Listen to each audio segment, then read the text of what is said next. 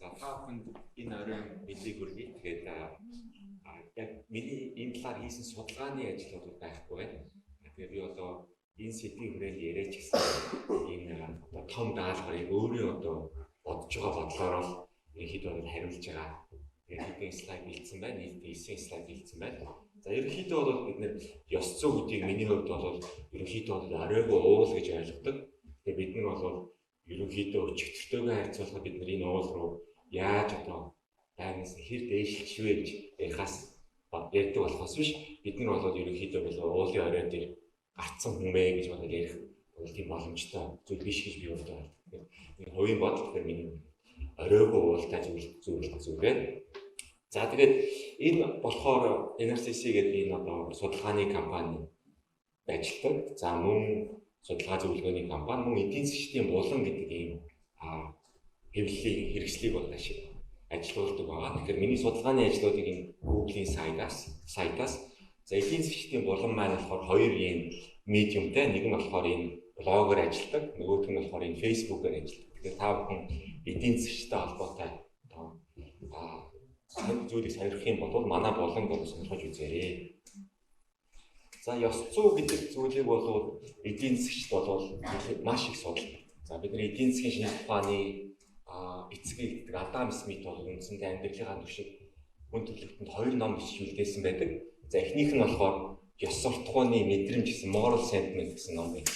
За хоёр дахь ном нь бол би сайн мэддэг үндэснүүдийн баялаг гэсэн ном байна тийм ээ. За энэ ёс зүй нь бол бидний өмнөх их бишээ ярьсан интегриттэй их холбоотой. Тэгэхээр би бас 2019 онд санхүү сонирхчдын CFA клуб бол бас энэтэй холбоотой бэлтгэл тавьж ирсэн юм байна. Интегрити ба санхүү эдийн засаг гэсэн юм бэлтгэл тавьж ирсэн. Тэгэхээр та бүхэн тэр бэлтгэлийн слайдуудыг бас миний веб хуудаснаас авчиж байна. За интегрити ёс зүй гэдэг бид нар бол за нэг тэнгэрийн юм гэж ерөнхийдөө ихэнх хүмүүс бол ойлгодог. Над ямар ч хамаатай юм бэ? Би бол зүгээр амьдралаа болгож байгаа хүмүүс гэдэг. Бид болохоор эдийн засгт бол энэ ёс зүйтэй хүн, эсвэл интегрити хүн бизнес дээр илүү амжилттай байна уу гэдгийг бол энэ эмпирик судалгаа бол хийсэн. Тэгэхээр одоо жишээлбэл компани CEO-гуудын хувьд, компани board member-уудын хувьд тэр хүмүүсүүд нь хэр интегриттэй байсан юм бэ? Хэр ёс зүйтэй байсан юм бэ гэдгийг бид нар одоо ялангуяа энэ дижитал ертөнцид бол айгүй хяндаг болчихсон. Тэрийг нь болохоор мэдээлэл цуглуулахад маш амархан болчихсон байдаг. Тэрэн дээр нь тулгуурлаад бид нар бол аль хэдийн бол судалгааны ажилд гарчихсан. Аль хэдийн энэ бол маш чухал зүйл юм байна гэдэг тогтоочсон зүйл. За бид нар яагаад эдийн засгт энэ ёс зүй гэдгийг судалдаг юм бэ гэхээр эдийн засгийн шинжилгээ ухаан бол нөгөө бодлого гаргалттай, шийдвэр гаргалттай бол маш холбоотой. Тэгэхээр бид нар энэ нийгмийн зорилтын шинжилгээнд бол ёс зүй гэдэг зүйлийн маань үн цэнийг нь бол заавал судлах хэрэгтэй болдог. Жишээлбэл бидний одоо эдийн засгийн Нобелийн шагналтнуудаас хараад үзэх юм бол энэ талаар маш их бодсон, олон нийтэд хандж маш их юм бичсэн хүмүүс байдаг. Жишээлбэл энэ 82 оны Нобелийн шагналт Стиглерийн Economics and Ethics гэсэн ийм одоо энэ жижигхэн лекц байдаг. Энэ бол эдийн засгийн хүн төрөлхтний гаруй сэтгэгчдийн бол эдийн засаг ёс зүй хоёрын хооронд ямар хамааралтай гэж юм ярьсан юм бэ? Тэр бүхнийг бол үндсэндээ бол нийлүүлж гисэн юм ихтгэл байгаа. Та бүхэн энийг бол интернетээс дижитал ертөнцид бол үнгүүгээр уншиж болдог болсон байна. За мөн бид нар бол одоогийн бидний байгаа нөхцөл байдал байна. Нийгмийн нөхцөл байдал байна. За ядууралтайгаа юу, тэгш байдалтайгаа юу, эсвэл одод амжилттайгаа юу. Энэ зүйл маань нийгмийн чинь ёс зүйтэй ямар холбоотой юм бэ гэдгийг эдийн засгт маш их сонирхдаг. За жишээлбэл энэ дээр 98 оны Нобелийн шагналт Амартая Сен байна. On Ethics and Economics гэсэн юм ном бичсэн байдаг. 200 хуудастай бас ердийн хүмүүс зориулсан юм маш сонирхолтой ном байдаг. За мөн өөр компани зарим эдийн засгийн шийдвэрүүд нь бол энэ ёс суртахуун болон бусад өөр түнш хамрагчдынхаа өмнө хүлээсэн үр ажиллагаатай холбоотой байдаг учраас бид нар энэ хувь хүний ёс зүй гэдэг асуудлыг бол авч үзэхээс өөр аргагүй байна. За энэ талаар бол бид нар одоо энэ Hausman McPherson-ийн ийм албартай ажил байна. Taking Ethics Seriously. За эдийн засаг болон ёс суртахууны философи гэсэн ийм ажил байгаа. За энэ хоёр нь бол үндсэндээ философич хүмүүс.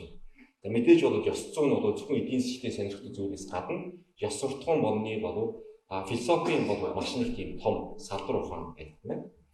За мөн одоо экспериментал буюу туршилтын эдийн засагчид бодвол бусдыг бодох, шудраг байх. За бусдад хариутай байх нь бол хүмүүс хоорондын харилцааны стратегийн маш чухал хэсэг болохыг нь бол тогтоосон байна. Хүмүүсүүд ч бол бие бинийгээ үнэлэхдээ хамтарч ажиллахдаа энэ шинжүүдийг нь авч үздэг гэдгийг бол баталчихсан байна. За сая бол ерөнхийдөө ёс зүйн талаар ярьлаа. Тэгэхээр аль хэдийн бид нар бас цахим ертөнцийн талаар ярьдаг тийм ээ.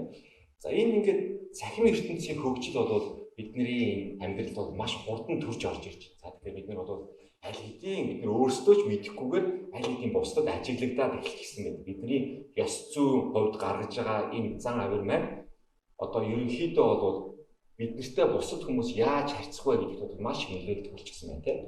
Тэгэхээр энэ бол өмнө байгаагүй цахим ертөнцид тийм ертөнцид байхгүй байхад бид нар харьцангуй амархан амьдралтай байсан бол одоо бид нар улам хэцүү болж. Тэгэхээр бидний ёс зүйг маань сорьсон сорилтууд за эсвэл бидний ингэж авилгаж коррупт болох энэ аюулыг бол бас энэ цахим ертөнцид байна бол бий болгож байна. Тэгэхээр бид нар бол сайн талуудыг бид нар бүгдээрээ мэдэх ба.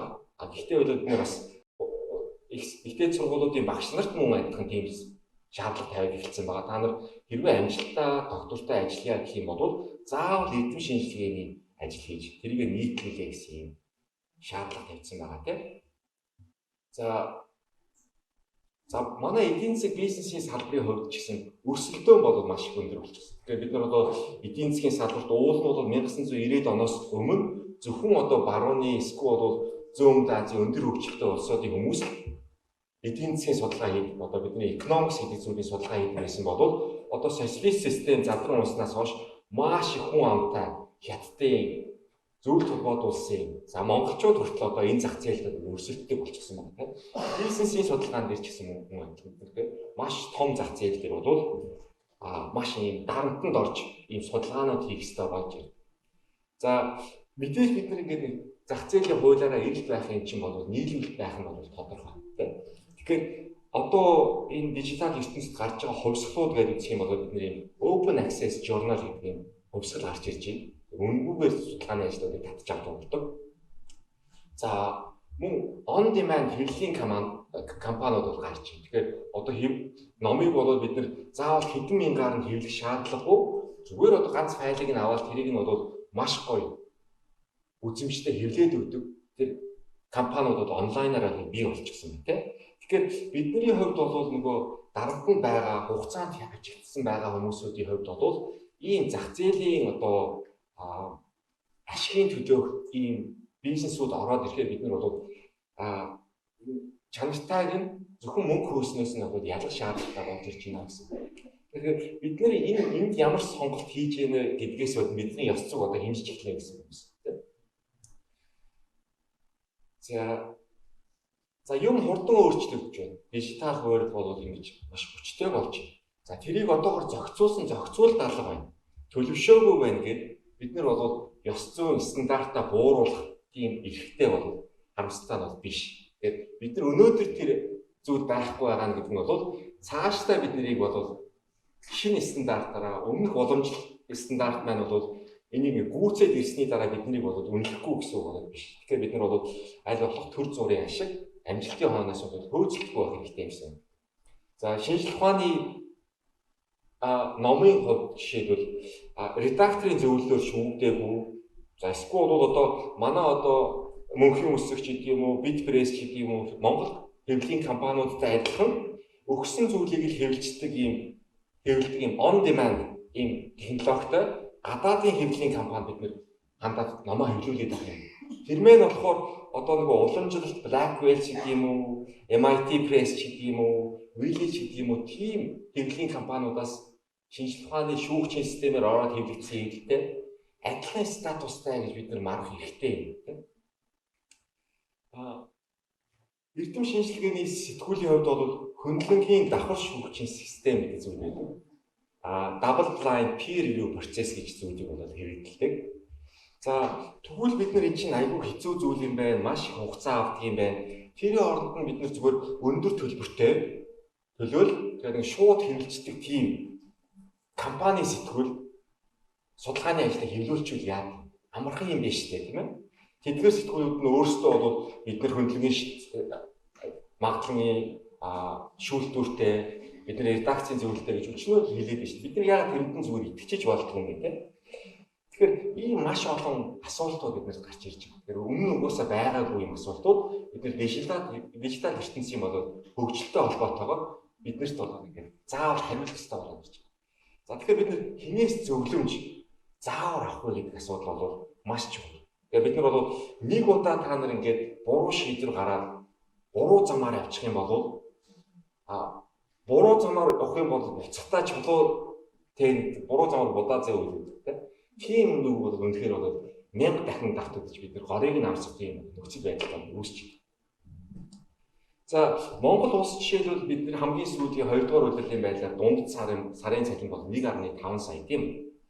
За жишээлбэл тэгтэл одоо ингээд нөгөө төлбөртэй хэвлэлийн сэтгүүлийн газар гэдгээр одоо жишээлбэл Швейцарт байдаг одоо жишээлбэл нэг судалгааны ажлаас гараад ирсэн байна. Гарсиа гэдэг хүний хийсэн Research Evaluation гэдэг сэтгүүл хийгдсэн. За тэгээд нэг нь одоо шинэ дижитал компаниудын нэг гишүүн болсон MDPI гэдэг нэг компани сэтгүүлүүдийн тарифыг ямар төлбөртэй юм бэ гэж судалсан байна тийм. За тэгэхээр үндсэндээ бол энэ юу зах зээлийн механизмаар ажиллаж байгаа юм чинь байж болох бүхэл салбараар бол энэ компани сэтгүүл бол ажиллаулдаг. Компани сэтгүүл тийм. За тэгээд сэтгүүл нэг өгүүл хэвлүүлэх төлбөр нь бол 1000 швейцар франкаас 2000 швейцар франк юм дээ. За тэгэхээр Швейцар гэдгээр хүмүүс нь гадаад хүмүүс манайхан за мөн хөгжиж ядуу буураа хөгжлөө улсынх бол маш ингээд өндрөөр хүлээгээд авчдаг. Гэтэл болохоор энэ компани бол үндсэндээ Швейцарт амьдардаг нэг хятад настай эрэгтэй хүн гэрээсээ ажилладаг компани болж таарж байгаа байхгүй юу. Тэгээд эн чинь бол ингээд манайхаас ингээд хүмүүс хэвлүүлээд тахаар надад аюу сонир. Бидний дундад цалин чинь 1.5 сая төгрөг. Гэтэл бид нэр 6.1 сая төгрөг төлөөд энэ хүн ганц хүн төлөөд ганц өгүүлэл нийтлүүлнэ гэдгээр манай улсын нөгөө гадаад валютын нөөц яах вэ? Тэгээд энийг чинь бидний бусад хүмүүс харж байгаа шүү дээ. Тэгэхээр бидний ажилтдаг байгууллагын нэр хүнд яах вэ? Бидний хувь судлаачийн хүн бидний нэр хүнд яах вэ гэдэг асуудал бол маш их. Жишээлбэл өөртөө тохиолдсон хэдхэн 7 хоногийн өмнө тохиолдсон жишээ ихэд жишээлбэл Оросоос нэг судлаач хурж ирж байна. Оросын нэг топ сургуулиудын нэг судлаач. За би одоо ингээд засгийн газраас 200-300 мянган долларын болоо төсөл авчиж чадсан. Хамтарч судалгаа юм. Тэгэхээр би ингээд тэр хүнийх нь танихгүй юм чинь CV-ийг л харж таарна шүү дээ. Тэгэхээр тэр CV-ийн дээр дандаа MTBI-гийн сэтгүүл зөвлөгдсөн өгөл байхад энэ хүний бол нөгөө ёс зүй би тэнд одоо мэрэгжлийнх нь хувьд интегрити шууд навс онцож байгаа байхгүй юу. Тэгэхээр ийм байдал битгий ороосоо. За тэгэхээр бид нар юунд хандах хэрэгтэй юм бэ? Нэг нь бидний цаг бага учраас. За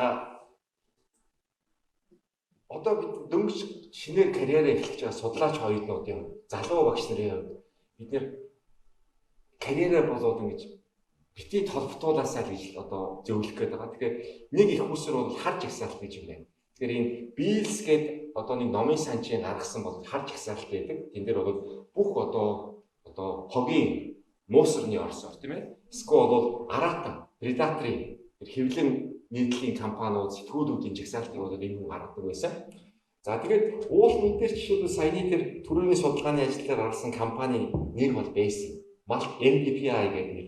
Тэгээд энэ хүнийг бол MDPI гэдэг чинь нэг хүнээс нэг Монголын ядуу судлаач бас 6.8 сая төгрөг аваад ахаар чинь. За тэгээд дэлхийд даяар бүгдийг аваад ахаар чинь энэ компани асар том компани болж болоод хувирчиж байгаа байхгүй юу? Бусад нэг уламжлалт компаниудаас бол хамаагүй баян. Тэгэхээр бол энийг бол маш өндөр үнэтэй хуульчдаар бол заргалдаад за энэ хүний бол ингээд шивхтэр бол ялцсан байна. Тэгэхээр бизнес гэхдээ бол энэ өөрийнхөө сайтн дээр бол тэрийг бол бичсэн байна л да. Одоо бол MDPI би оноо листтэй оруулахгүй. Гэхдээ бол ингээд энэ нэр нь бол байж байна. За хоёрдугаар тусламж нь тэгэхээр хар жагсаалтыг бол бид нар ерөнхийдөө бол ажилтгүй юм байна гэдгийг бол мэдсэн. Тэгэхээр энэ компаниуд чинь муу нэртэй болоод ирэнгүүт шууд нэрээ өөрчилчихдэг. За эсвэл бол зөвхөн шинэ компаниуд ингээд хаасаагүй гараад тэр болгоныг бид нар илрүүлж хар жагсаалтанд нэмэх боломж байхгүй. Тэгэхээр цагаан жагсаалтаа болё гэдэг ийм асуулт. Тэгэхээр өндөр хөгжилтэй улсуудад бол энэ практик бол баримт.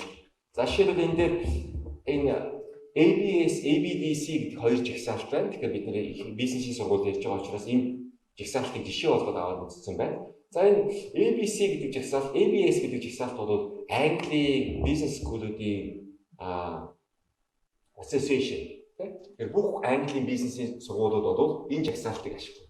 Тэгэхээр энэ жагсаалт дээр байхгүй бол өөрөөсөө тэр судалгааны ажлыг хоосон цаас гэх байна. Тэгээд энэ дээрээ бол мөн чансаатай. Тэгэхээр 4 одтой, 3 одтой гэх мэтлэн доош явж байгаа. За энэ бол нэг юу. За манай Аз тал руу бас нэлээх нөлөөтэй байгаа жагсаалт бол энэ Австралийн бизнес сургуулиудын захирлын жагсаалт, захирлуудын жагсаалт гэсэн юу вэ?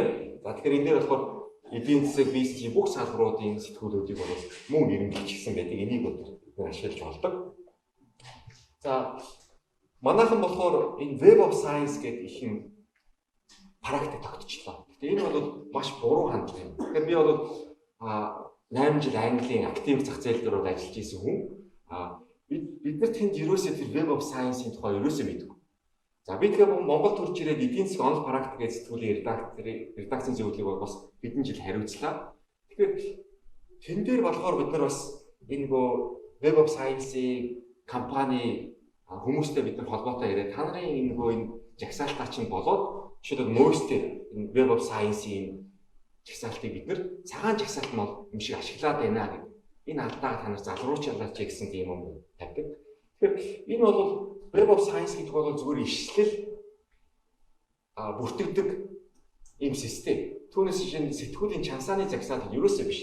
Тэгэхээр манай сэтгүүлч гэсэн энэ Web of Science бол орж болно. Бид хангалттай дэмжлэг байх юм бол. Энэ чинь зүгээр л тодорхой сүүлийн 5 жил бид нар хөндлөнгийн хянам магадлагдаг редакцийн зөвлөлтөй байсан уу гэх мэтлээ хэдэн боксыг тик болоод энэ жагсаалт руу орчдөг байхгүй юу. Тэгтэл бол манад бол энийг нэг цагаан жагсаалт маягаар их сургуулиуд ашиглаад байгаа маш том албан. За жишээлбэл энэ дээр нэг түрүүний судалгааны research analysis гэдэг сэтгүүлдээр байгаа энэ JCR Web of Science руу ороод ирчихсэн MDPI компани сэтгүүлүүдийн нэрийг бүгдийг ингэж жагсаалсан байгаа байхгүй юу. За тэгэхээр энэ MDPI-гийн сэтгүүлүүд нь үндсэндээ бол ганц зүгээр илэрхийлэгдсэн тийм сэтгүүлүүд байдаг. За тэгээд тэр сэтгүүлийн нэрээс нь гадна тухайн салбарын топ сэтгүүлийнхэн нэрийг нь бол ташуу хэлбэрээр бол бичсэн байгаа. За дараа нь болохоор манай нэг Монголын ихтэй сургуулиудын ашиглаад байгаа энэ Web of Science-ийн чансааны жагсаалт Q1-ийн сэтгүүл юм уу, Q2-ийн сэтгүүл юм уу тийм. Тэгэхээр эдгээр бол бас нөгөө чансааны юм шиг байхгүй. Зүгээр энэ дээр олон ишлэгддэг сэтгүүл байна. Тэгэхээр том хувийн компани байна гэдэг бол одоо энэ чинь бол хувийн компани яаж ажилладаг вэ? Ашигын төлөө ажилладаг компани яаж ажиллах ёстой вэ? Тэр зах зээлийн механизм шууд энэ шинжлэх ухааны салбарт ашиглаж чад эдгээр чинь бол юу гэдэг вэ гэхээр нэг редакцийн зөвлөлд та нар өөр нэг сэтгүүлийн дээр хэрэгцээ ажлыг заавал ишлэх ёстой. За тэгэхээр тэр бол шууд механикаар ишлийн статистикийг бол хөөрөх тийм стратеги барьж штэ. Тэр энэ бол ердийн актив сэтгүүлийн редакцийн зөвлөлд бол ерөөсөй байж болохгүй зүйл. Бид нар бол хизээч тиймийг бол зөвшөөрөх ёстой. Бид бол энэ компани чинь ашигын төлөө компани болохоор бүхэл одоо юу хүмүүс чухал байдаг юм, за ишлэл чухал байдаг юм байна. За тэгээ ранкинг эднес чухал байдаг юм байна гэдэг. Тэр бүгдийг маань онлоод хариу үйлдэл үзүүлээд байгаа. За тэгээд хэрэг та нарт ямар нэгэн юм гадаадын хэвлэлийн компани хандах юм бол таны ажил хийж судалгаа хийж хэвлэе гэх юм бол бид нар жоохон даруухан байж сурмаар юм шиг байна. Тэгэхээр маш их ийм олон хэвлэлийн компаниуд гараад ирсэн байна.